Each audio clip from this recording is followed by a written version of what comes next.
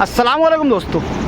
इस वक्त पूरे महाराष्ट्र में सैलाबी सूरत हाल पैदा हो चुकी है, जिसकी वजह से आज बरोज़ शनिचर तमाम स्कूलों की छुट्टी है, चाहे फिर वो सरकारी हो या प्राइवेट हो।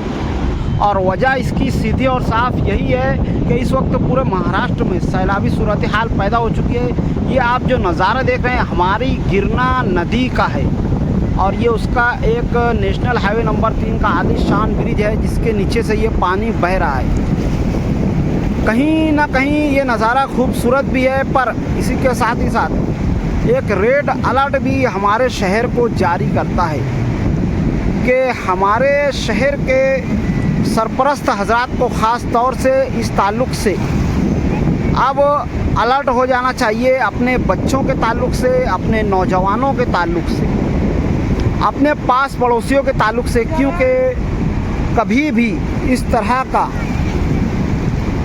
पानी वगैरह बढ़ने का जो वाक़या होता है, उसमें साफ़ तरीके से ये समझ में आ जाता है कि हमारे नौजवान बच्चे नहाने जाते हैं या नदी में पानी देखने जाते हैं, और उसके बाद कुछ ऐसे नाखुशगवार वाक़यात होते हैं जिसकी वजह से सारे शहर को परेशान होना पड़ता है। और ये सिलसिला कुछ अभी से नहीं है, हर साल इस तरह की बातें होती है। पर इस मर्तबा जिस तरह से सैलाबी सूरत हाल है, हर एक माँ बाप से, हर एक सरपरस्त हजरात से और शहर के तमाम संजीदा और बाशऊर लोगों से मैं ये कहना चाहूँगा कि अपनी ज़िम्मेदारी समझते हुए अपने घर के, अपने महल्ले के और अपने रिश्तेदारों के नौजवानों को, बच्चों को ख़ास तौर से देखें। इतना होने के बावजूद हम जानते हैं कि 4 दिन पहले एहतेशाम अहमद 7 साला बच्चे के साथ क्या वाक़या हुआ।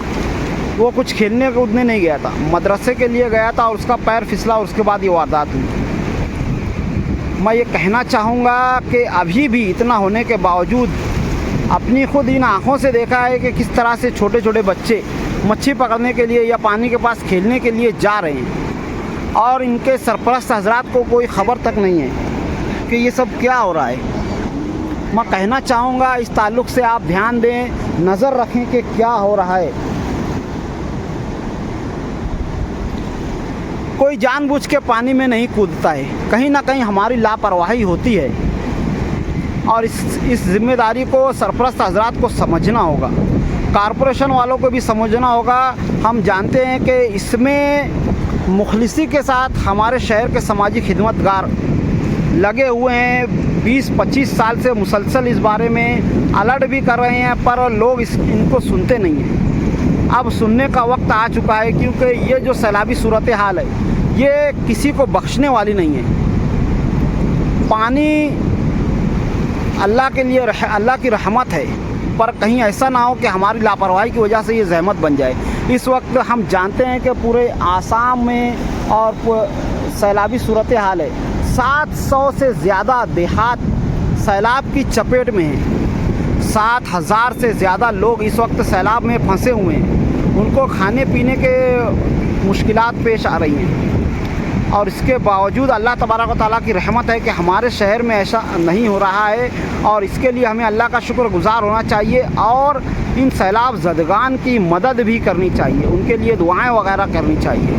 मुखय्यर हजरात से कहना चाहूँगा कि बाहर जिस तरह से रिलीफ भेजते हैं और मदद वगैरह करते हैं, हमें चाहिए कि हमारे शहर में जो परेशानियाँ हैं इस ताल्लुक़ से भी इमदाद की जाए, सिर्फ पैसों से नहीं। जिस तरह से पानी की तकालीफ है, पाइपलाइन वगैरह फुट रही है, इस ताल्लुक़ से हमारे संजीदा अफराद, बाशऊर अफराद, मुखय्यर हजरात आगे बढ़ कर के देखें कि क्या मसला है, क्यों ये बार बार पाइपलाइन की शिकायतें पेश आ रही है और हमें पानी की तकालीफ का सामना करना पड़ रहा है। ये सिर्फ़ और सिर्फ सियासी लोगों की ज़िम्मेदारी नहीं है, हमारे शहर के संजीदा अफराद को इस ताल्लुक़ से देखना होगा, क्योंकि हमारी कारपोरेशन में कुछ निकम्मे नाकारा लोग बैठे हुए हैं, और अपोजिशन में हमारे जो एमएलए साहब हैं वो भी इस ताल्लुक़ से अपनी किरदार को अदा नहीं कर रहे हैं, खामोश तमाशाई बने हुए हैं।